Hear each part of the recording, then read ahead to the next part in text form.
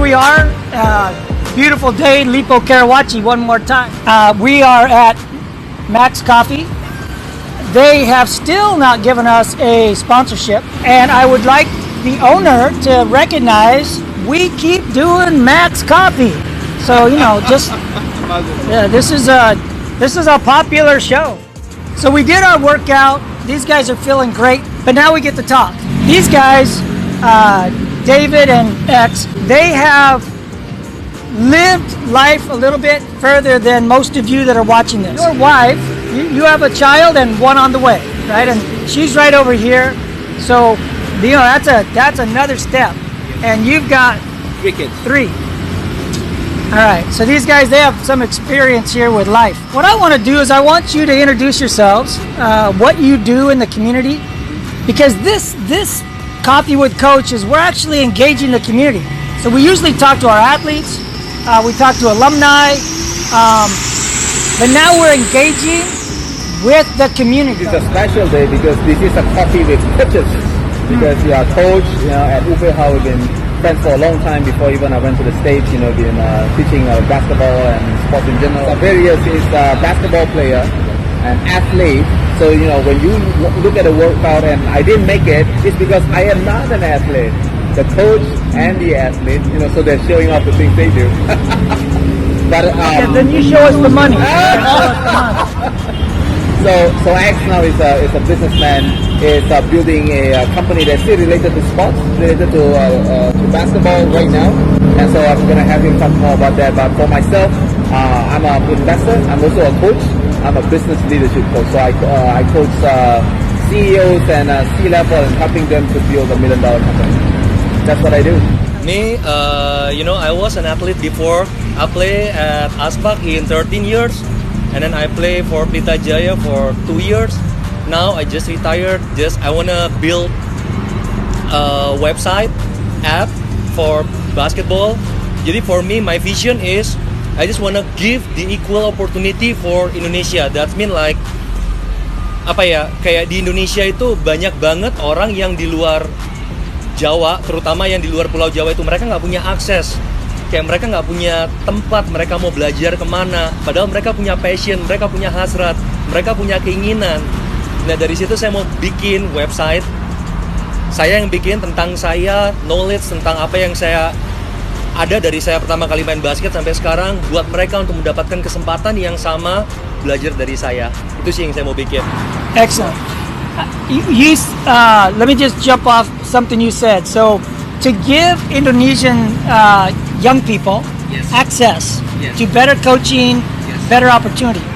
This resonates with me because I've been having conversations with people connected to Probasi, other coaches, and even top executives within basketball in Indonesia about that. They keep trying to create a super team, and they think they can compete in Asia by just collecting the best and making a super team. I disagree. In my opinion, you need to go out and grassroots, get 1,000 schools playing better basketball, and the top will soon come to the top, right? The best. If there's anything that we can do to work together to give more opportunities around this country, I'm all in. That's a great idea. And I don't know the rest of it because my Bahasa is terrible. But that part I connected with. I agree with you. Actually, if you wanna make Indonesian kayak big, pertumbuhannya bagus, ya we have to spread. Kayak kita nggak bisa kayak build Indonesia just kayak strong, make it kayak just strong team in one team. No, we have to spread the knowledge to Indonesian, you know. If kayak dari mereka semuanya keluar potensinya dan make Indonesian better. Yeah, because any young person can learn the game of basketball and excel. Anyone. There's a young man, Bule. Yeah. Anyways, living in Indonesia, and he just moved to Canada. He wants to be a basketball player. He wants to play at collegiate level. And in Indonesia, nothing special. but for the last 2 years, working his tail off, trying to get better. Just every day, just working at it. Goes to Canada, plays on a team there. It's a special select group. He's got a tryout at a university in America next week, based on 3 years of hard work because he decided he wanted to be a basketball player. In Indonesia, come on, there's so many kids out there. We don't even know what they could do. We don't know their potential, but let's give them a chance. Yes. Yeah, absolutely. I'm all in. That kid is really good. I played with him during the COVID. I think one of the things that we can talk about today, as I'm listening to you guys' story, is this idea about tenacity, to persevere, or today somebody say like having a grit, right? Because you've been in Indonesia for 14 years, 15 years? 23 years, right? 23 years, and correct me if I'm wrong, you're doing the same job, right? I mean, not the same job, but you're staying in this one position. You didn't decide like one day I'm gonna be an artist, and tomorrow I'm gonna be a coach, and tomorrow I'm gonna be somebody else. You understand what you want to do? Yeah, it's not without a challenge, Yeah. but you stick it out. Yeah, no, I know what I'm called to do. I know what I'm supposed to do. You, 13 years with ASPAC, 2 years with Pelita Jaya, retired last year, and then still go back to the world of basketball again. And like, how dumb is that, right? Because for some of the young people, they're thinking like, like, okay, I already know this, right? Or maybe specifically in Indonesia, right? People would be, especially for Indonesians, some people might say like, give me a break. How do you make money in Indonesia playing basketball? There's no future in basketball. Okay. So I wanted to talk about like, what gets you going? What do you do every day? How do you maintain that spirit, that fire in the belly to keep on doing the same thing again? And so especially when things are not going according to our plan. Kenapa saya kayak after retired, I still involved in charge in basketball? Karena begini, basketball itu so many lessons from basketball for me ya, dari perseverance, networking, scholarship, until I'm here now itu because of basketball. Nggak selalu tentang duit, tapi nanti one day basketball itu pasti bisa akan jadi kayak industri, which is akan bisa jadi kayak pegangan hidup kalian masing-masing. Karena for me sekarang banyak banget aspek di basketball itu yang bikin saya kayak, oh no, basketball itu bukan cuma tentang duit, tapi banyak banget karakter, about kayak disiplin, about teamwork, about perseverance, about creativity. Itu semuanya kalau kalian nggak ada, itu semuanya ada di basket. Kalau kalian nggak bisa kayak tumpahin itu semuanya, begitu juga di marketplace kayak David kan, kalian nggak akan bisa kayak compete di marketplace. Contohnya about kayak creativity di basket, salah satunya apa? Kalau saya sendiri, saya percaya banget sama kayak apa yang kamu lakuin itu, creativity apa yang kamu lakuin tuh it's okay. Jangan sampai ketika kita main basket kita cuma berpikiran kayak, oh iya kita just follow quotes bla bla bla bla bla, and then we don't do nothing gitu, we do nothing. Jadi saya maunya dengan ada creativity itu akan membuat kalian kayak jauh lebih maju gitu kan. Nah, about disiplin di basket selalu kan, kita latihan jam segini, datang jam segini, untuk ngelatih apa? Untuk kita ngelatih kita supaya kayak disiplin. Di marketplace hubungannya apa? Kalau kita mau meeting sama someone gitu kan, kita nggak mungkin meeting datang on time. At least kita udah kayak prepare waktunya untuk datang lebih pagi supaya kayak kita nggak telat. Itu contoh kecilnya sih. Jadi that's why kayak basketball itu kayak so many lessons from basketball. What I try to teach our athletes and the students at our school, what I try to apply to my own life is the physical skills.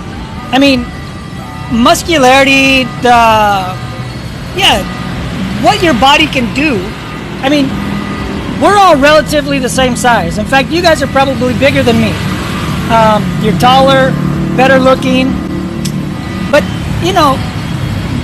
the physical skills, the ability to do something is the easiest part.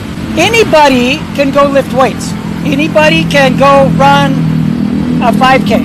Anybody can do that. It's not hard. What we did today, that's not hard. Now the difference is the physical's easy. The mental, now that's a little more difficult. And that's what you're talking about. The discipline, the character, the things at which you learn through the game mentally to become sharper, to become more equipped. These are a little more difficult. And there's a lot of coaches, and every coach works on the skill set, the physical. Some coaches work on the mental. But the great coaches take it one step further.